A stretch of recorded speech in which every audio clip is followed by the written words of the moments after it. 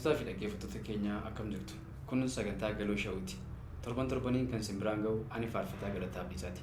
Har'as egaa akkuma beekamu keessummaa tokko qabadheesniif dhiyaadheen jira. Keessummaan koo har'aa faarfattuu Yaadannii Shifarraati. Keessumaa gara saba keenyaa keessatti faarfannaatiin gurra dhageettii guddaa kan qabdu. Kaasettii ammaa firiitti baasuutiin baay'ee beekamtii guddaa xinnaa fi guddaa biratti jaalatamummaa kabaja guddaa kan qabdudha. Isaan wajjin turtii akkasiin gootanii isin dabarsa isaanitti.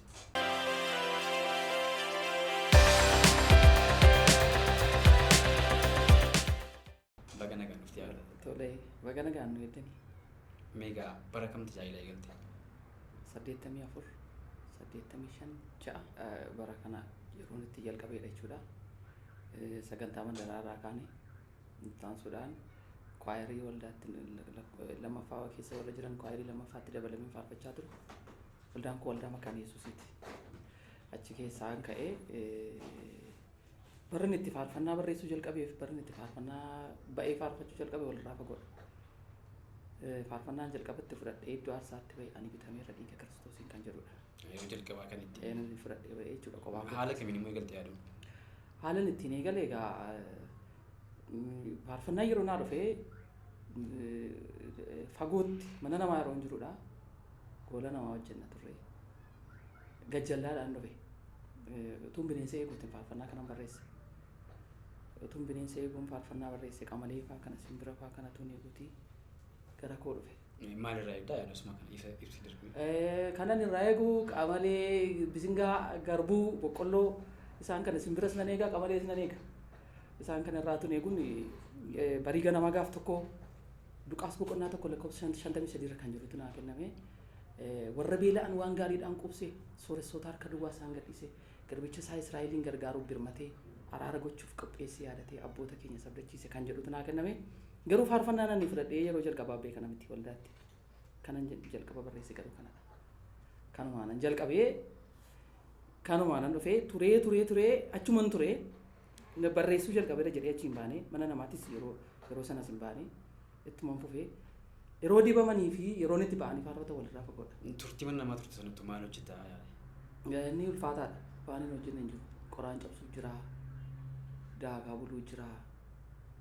Wanti hin hojjetamne hin jiru mana namaa keessa yeroo hojjetan. Egaa namni nama namatti fakkaatu amma yeroon nama yaadatutti. Yeroon garuu nama yaadata gaaf tokko. Gaafa Yesuus nama yaadatu garuu yeroo inni kaleessa nama gate deebi'ee nama barbaada. Waaqayyoof haa galatu. Akka mana keessanitti faarfattoota baay'eetu jiradha mi'aasaama. Siin qabatee akkasuma ijoolleen warri kaanis baay'ee faarfattoota baay'eetu jira mana keessa dhimma saamaroo baay'ee jiru. Waaqumatu gara faarfannaa kanatti siin dibeegu mana guutu moo shaakallii hagamoo akkamidha? Shaakalliidhaan miti. Jalqaba akkuma siin jedhe faarfannaa kan jalqabe sagantaa mandaraa konfireensii mandaraa guddaa tokko irratti waamamee ture. Naannoo Mandoo iddoo jedhamu waldaa keenya jalatti hin ta'in. Achirratti gaaf tokko hojjetaa wangeelaa Siyyumee Gammachuutu ergaa natti dubbate. Akka jedhee dibati sirra jiru kun hin darba. Maatii keessa hin haala. Sirraa kan dhalatan hundumtuu maqaa koo kan faarfatan hin dhabaman naan jedhe Waaqayyo gaafas. Obboloonni koo Orosuma sanaa kaasanii akkuma dubbate Waaqayyo faarfannaa kanaan dhaalamanii ijoolleen koo lamaanis amma jalqabaniiru. Waaqayyo ulfaatu. Jechuun gara ayyaana biraatti maaf darbuu hin danda'amne faarfannaarra gara raajummaa fa'aa kadhannaa fa'aa tajaajila wangeelaa abbaa wangeelaa ta'utti. Ani kadhachuu jalqabeera. Raajiin hin dabalama. Kennaan hin dabalama. Itti jabaattee isa qabdu sanatti hojjetaa deemtee jennaan kennaan hin dabalamne hin jiru. Ati sanuma irratti amanamnaan kadhannaa kee jabeessitee jennaan hin dabalaa deema. Hafuurri Waaqayyoo sii dabalamaa adeema.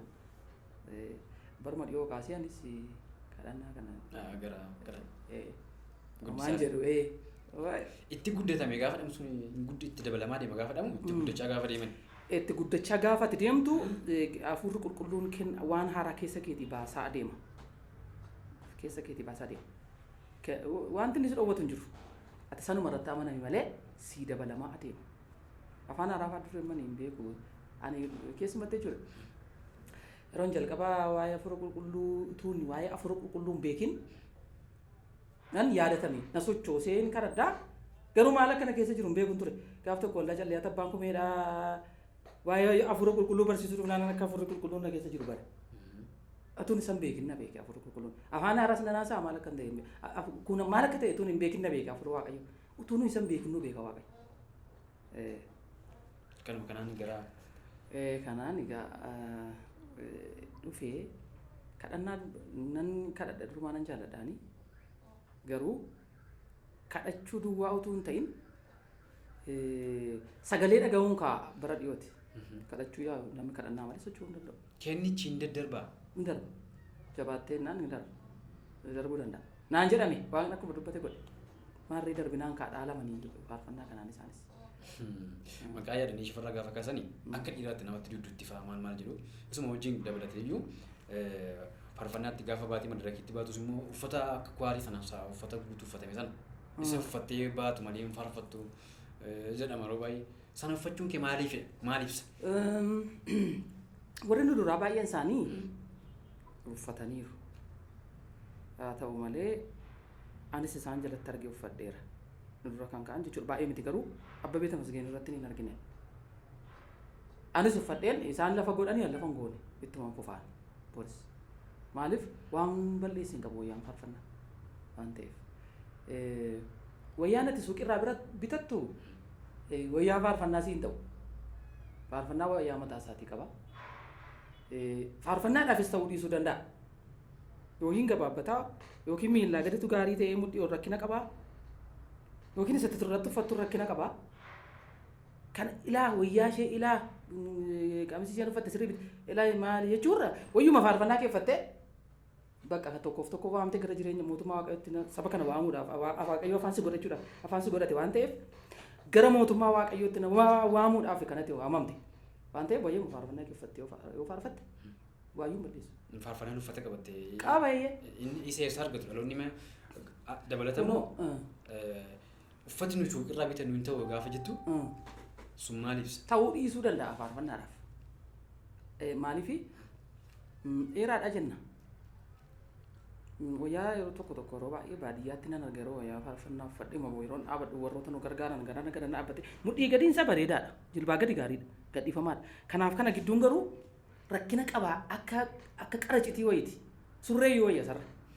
Surreeyyuu wayya maaliif qaama jiru hundumaa mul'isa. Namni sammuu isaa kanatti qabamuur nama gufachiisuur ati maal ta'a yoo yaa faarfannaatiin faarfatte rakkoo kana yoo gabaabbate moo rakkoo qabamas namni sitti qabama namni kanarra ergaan kee iddoo kennuu yoo barbaadde faarfannaa kee iddoo kennuu yoo barbaadde sagalee waaqayyoo kanaaf iddoo kennuu yoo barbaadde akka namni sitti hin gufanne goote maal ta'a yoo yaa faarfannaatiin faarfatte kana filannoon koo. Ejjennoon keessuun bu'aa maalii si buuse?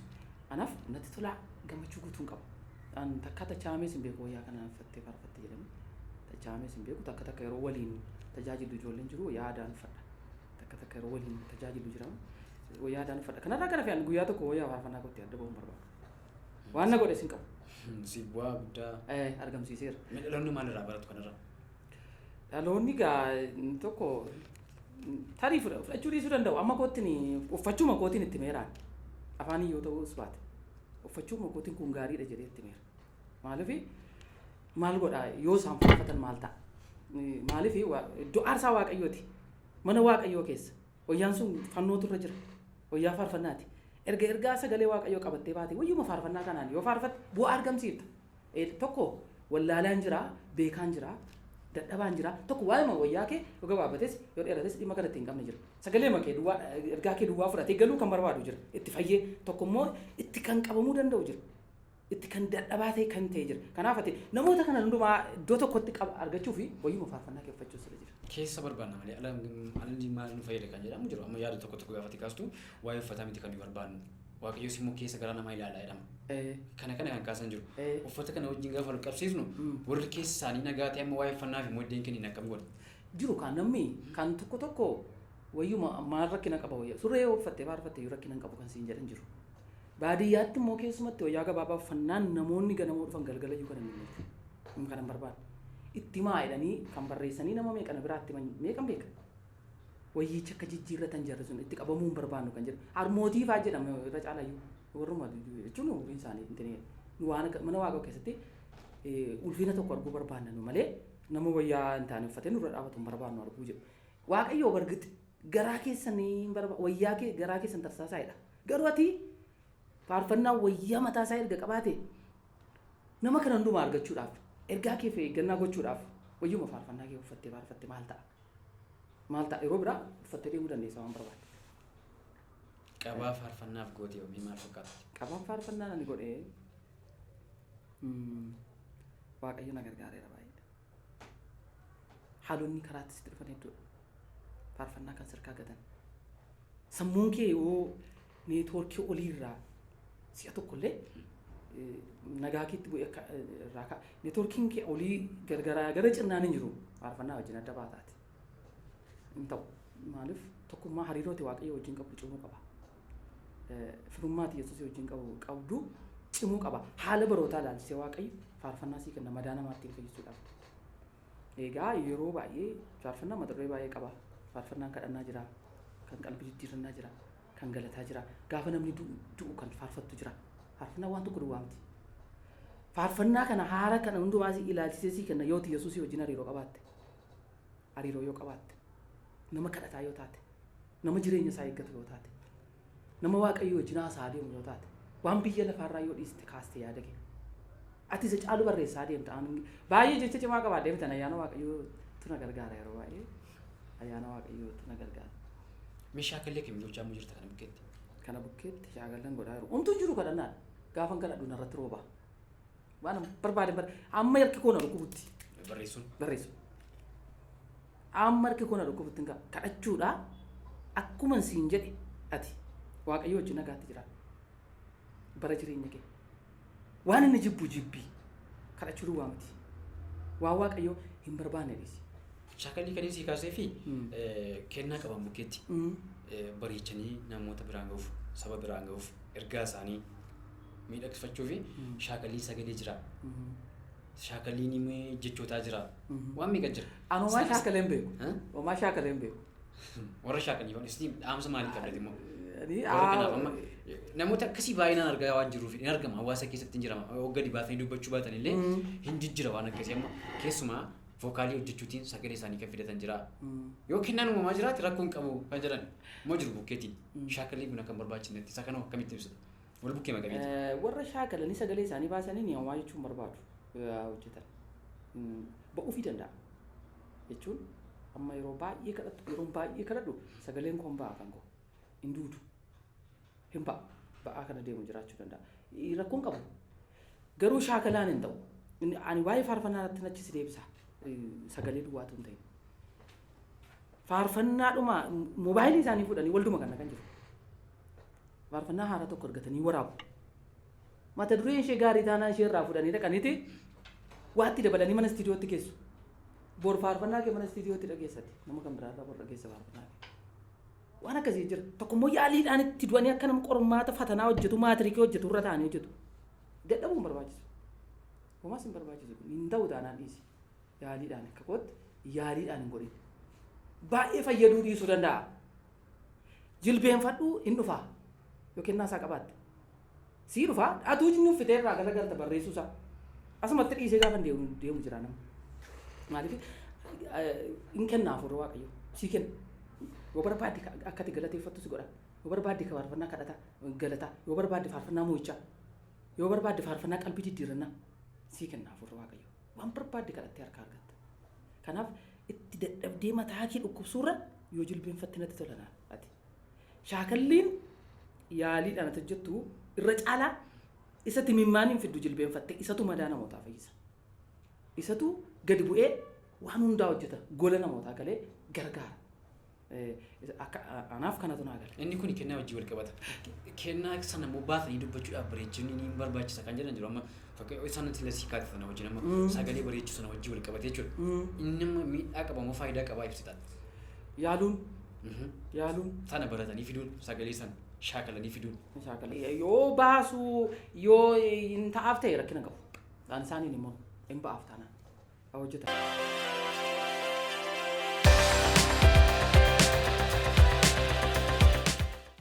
Garuu yaaliidhaan faarfannaa barreessuun sagalee baasuu shaakaluun isaanii rakkoon qabu. Muuziqaa maduukaa waan deemuuf fakkeenyaaf muuziqaa duukaa. Amma nuuni yeroo baay'ee faarfattoonni afaan Oromoo warra kaaniin beeku waluma fakkaata. Asuma qajeela bakka waluma fakkaataa dhundi isaa fiduu hin dandeessaan vookaaliidhaan sagalee kee banuu hin dandeessaa intinii koote danda'amnaan namas barsiisu argannaan gochuu hin dandeessa hangaruu godheen beeku. Isuma yoo ilaalcha cubbuutta kan lakkaa jiru waan akkasii kana gochuun hin barbaachisu. Lakki hojii sagalee kee akka hin hojjetu gochuu hin dandeessa. Sagalee kee akka hin hojjetu gochuu hin dandeessa. Inni sun faayidaa qabattee yaadare. Kennaa faarfannaa qabaattee irratti hojjennaan faayidaa qaba. Namoonni tokko tokko immoo kennaa faarfannaa hin qabanii qooqa bareedaa qabu. Faarfatan.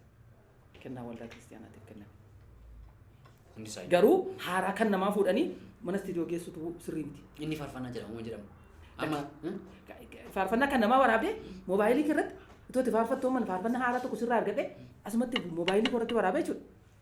Dhaqeen bor mana istiidiyoo geesse jechuun waan jala hundi isaa sagaleeffamee meeshaa kiiboordii wajjin wal fudhatee akkuma faarfannaa isa kaanitti faarfannaa dhumu.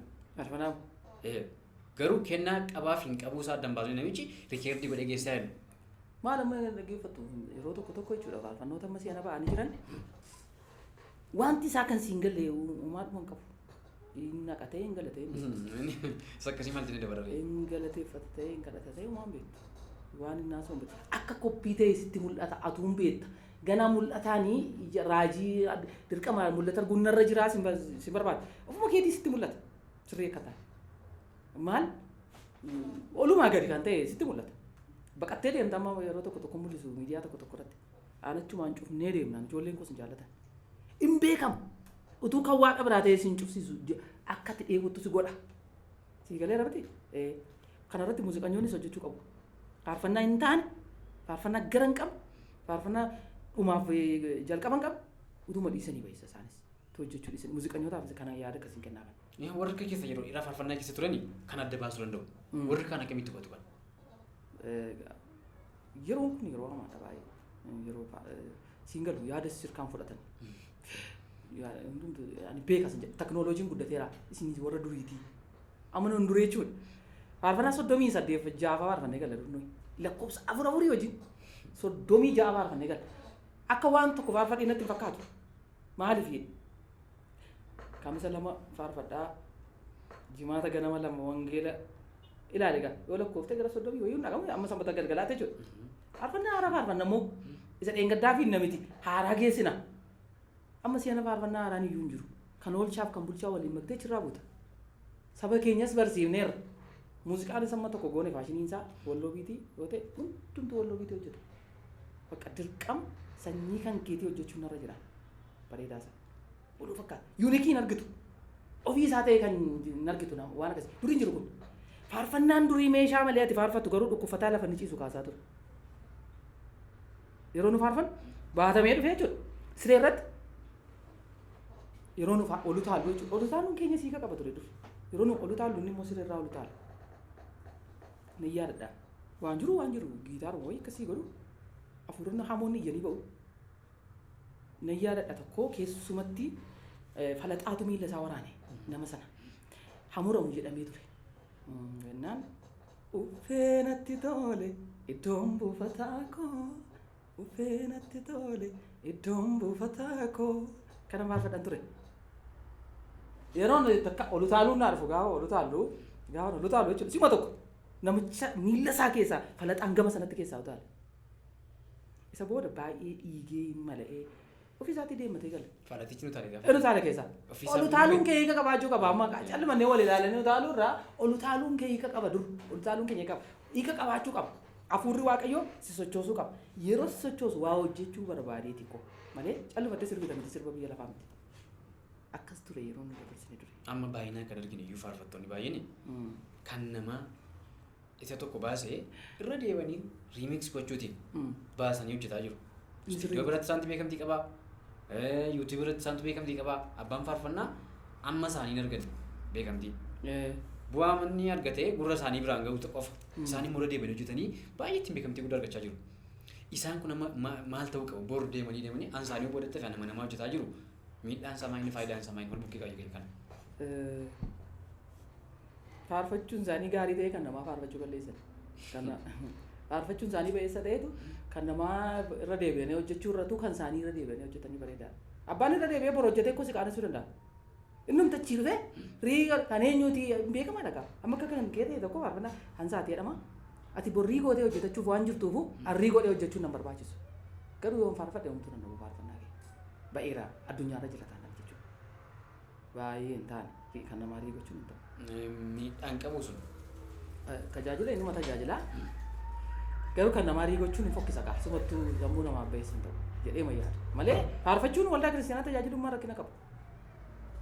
Waldaa kiristaanaa tajaajilaa taanaan ittiin beekamuuf deemta ta'uu hin qabu nuyi.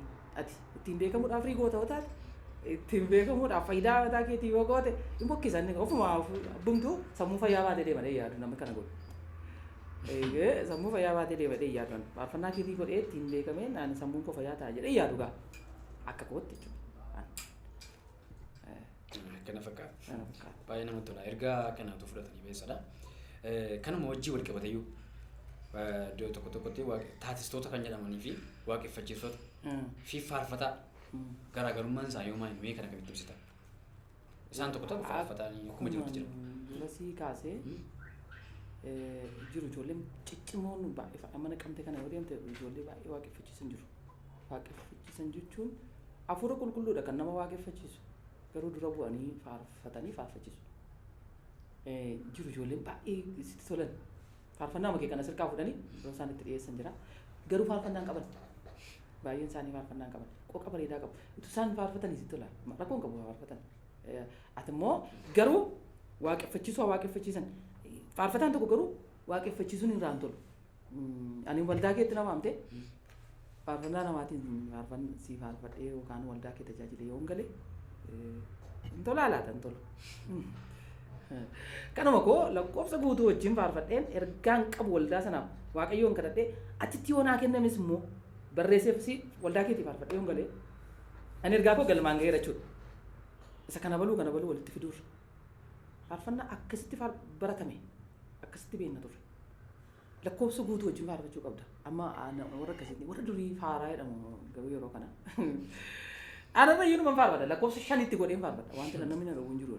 Yaani ergaa koo nama waamameef ergaa koo guutuu si dhiyeessuuf malee kana baluuf taanaan warri waaqeffachiisan sun gochuu danda'u. Waldattiin nu qabdi kana baluu waaqettiin waaqeffachiisuuf. An garuu kanan fidee dhufe faarfannaa makoo si waldaa keetiif fidee dhufe. Faarfannaa makoo kanan lakkoofsa guutuu wajjinii waldaa keetiif faarfadhee galaan.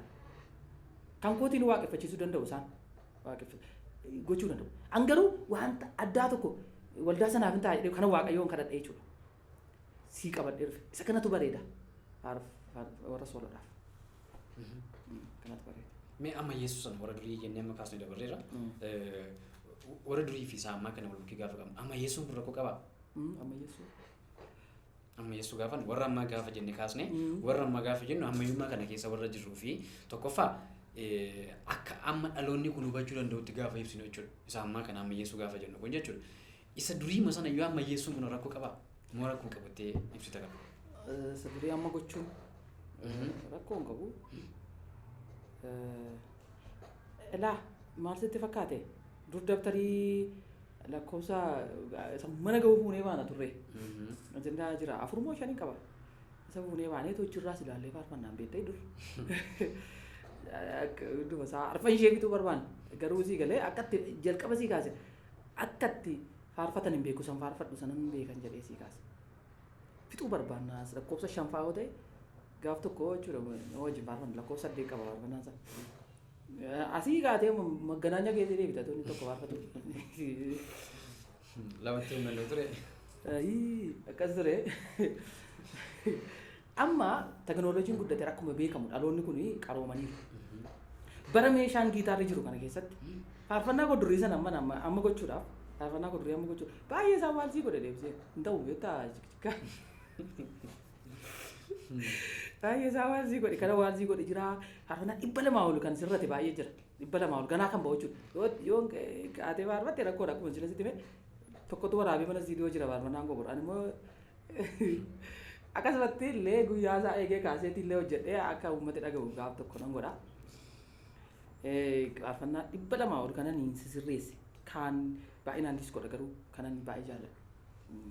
Tokko deema gaafa faarfannaa koo laalu diiskoodha waa'ee diiskoo waa'ee waalsii waa'ee cikcikaa waa'ee maaliin beekuun ture duran garuu mun qabirran qaba malee yoo hojjeta Yeroo hojjeta garuu isa tokko amma hiyyeessi amma hiyyeessi jechuudha faarfannaa koo amma kanan godhee amma kanan sirreesse kaansaa baay'een sadiis koodha ta'ee dhume inni durii kaansaa immoo cikcikkaadha waalziif kan malee cikcikkaa ture cikcikkaa dhiiseen waalzii godhe amma gaafan ilaalu jechuudha amma muuziqaa amma seenaa wajjin gaafan ilaalu inni kun waalzii ta'uu qaban jedhee diskoon kun immoo baay'ateen jedhe inni finirraa kenna yaadeen inni sirreessa jedheen gara cikcikkaatti fide argitee ammayyee akkasitti gochuu hin dandeessa kan keeti kaa qoquma san akkas butuu hin dandeessa akkana butuu hin dandeessa o barbaade immoo gidduutti waa gashuu hin dandeessa yeroo nammaa fuutee waggaa 20 har'a fuutee 20 gochuu hin dandeessa waggaa 20 irraa gochuu hin dandeessa macaafni qulqulluu taanaan isuma sirreessuu dandeessa macaafa qulqulluu sana jechoota akkaataan itti mi'aa'uu danda'u gochuu dandeessa ammayyeessuu dandeessa. Sun miidhaan qabudha. Rakkoo qabu. Hankeeti hoo hankeeti. Namni biraa godhee. Hankoo? Gochuu hin danda'u. Ani nayyoo. Inni miidhaa qaba. Miidhaa qaba tun ta'in ittuma rakkadha. Ittuma rakkadha. Ittuma rakkadha. Dinqidha. Sila waa'ee qooqaa kaastee turte qooqa bareedaa kan qaban maal jetta. Uumamumaan isa kenname caala shaakalanii fiduun sun miidhaan samaa inni ni dabala. Uumamaan kan qaban irraa. Uumamaan qabda. Qaba tokko sabaluunis qaba.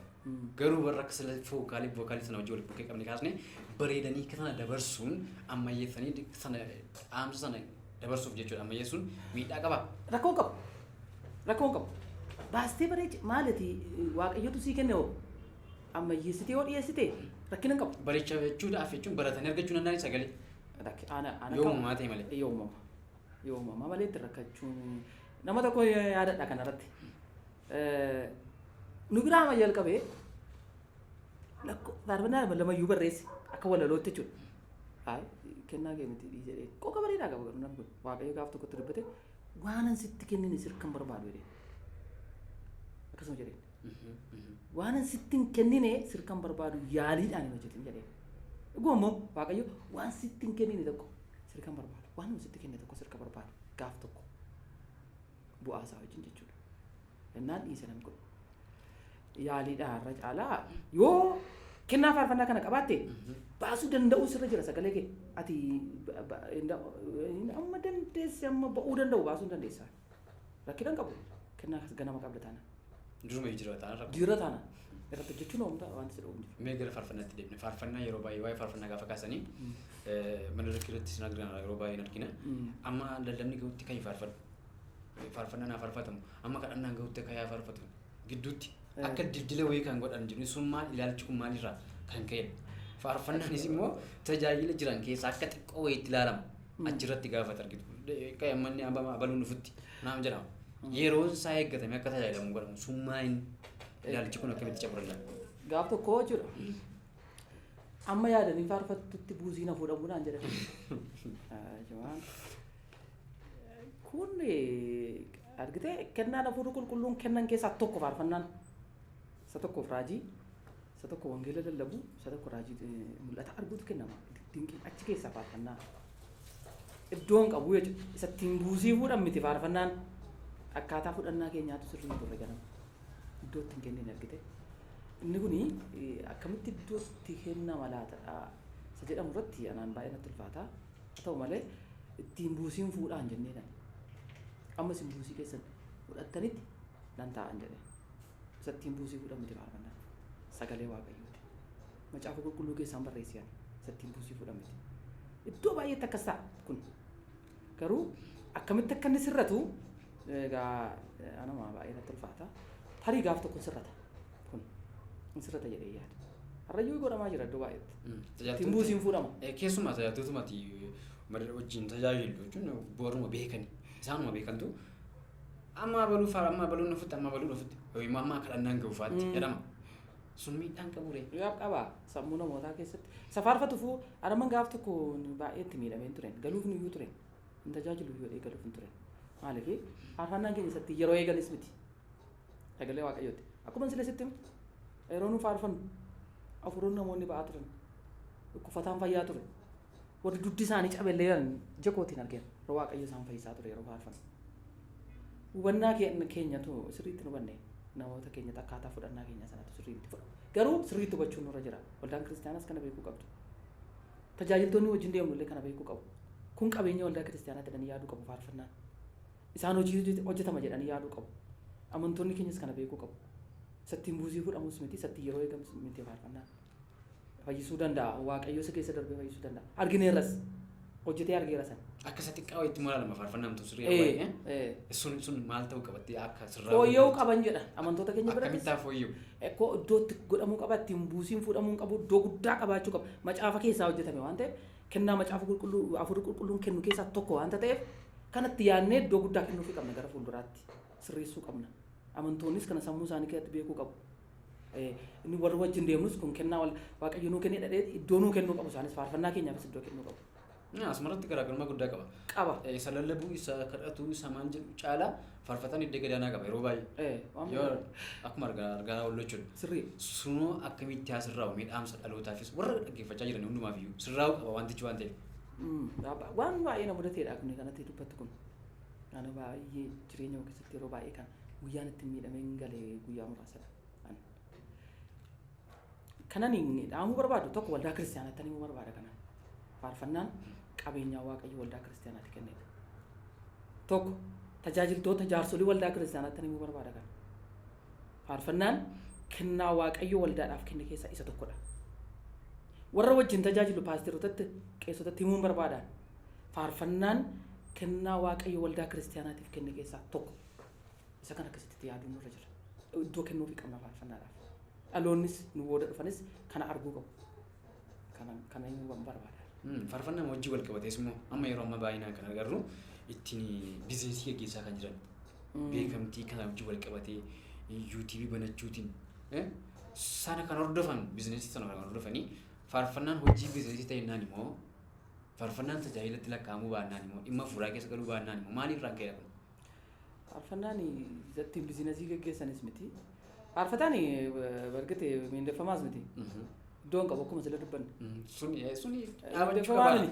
Miindeffamaa miti namni akka taaraan amanaa tokkotti ilaalu yeroo tajaajila inni wangeelaawii dadhabaallee haa ta'uun qaxxarama waldaa keessatti. Garuu faarfataan tokko iddoon qabu yeroo baay'ee akkuma faarfannichaa baay'ee iddoon qabu faarfatachis. Haa ta'u malee isattiin biizinesii birrii ittiin argatanis miti faarfannaan. Qabeenya waldaa kiristaanaati.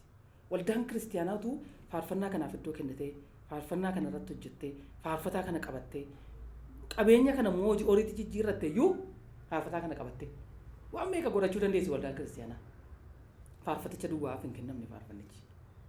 Qabeenya waldaati. Isin dhumayyuu tokkos gootee ta'e waldaan gaariidha. Wantoonni waldaaf qacaraman yoo macaafa qulqulluu dhokse moo dhorke moo seera waldaatti eeyyamamu kanoo maaliif ibsine? Macaafarra hin jiru faarfataa macaafarra hin jiru. Hin dhorkenne moo maal jenna? Macaafarra hin jiru hin argine ani. Egaa akkaataa hubannaa namootaati malee. Daawwattootaaf dhaggeeffattoota keenya turtiin nuyi faarfattuu yaadanii shifarraa wajjin goonee kutaan tokkoffaasaa kana fakkaata. Amma ammaatti nu wajjin turtanii seenaa isaanii irraatii mudannoo isaanii irraatii barumsa guddaa akka argattan hojii guddaan qabu. Kutaan tokkoffaa kanaan xumurameera. Torban kutaa lammaffaa qabadde amma isin yaaddutti nagaatti.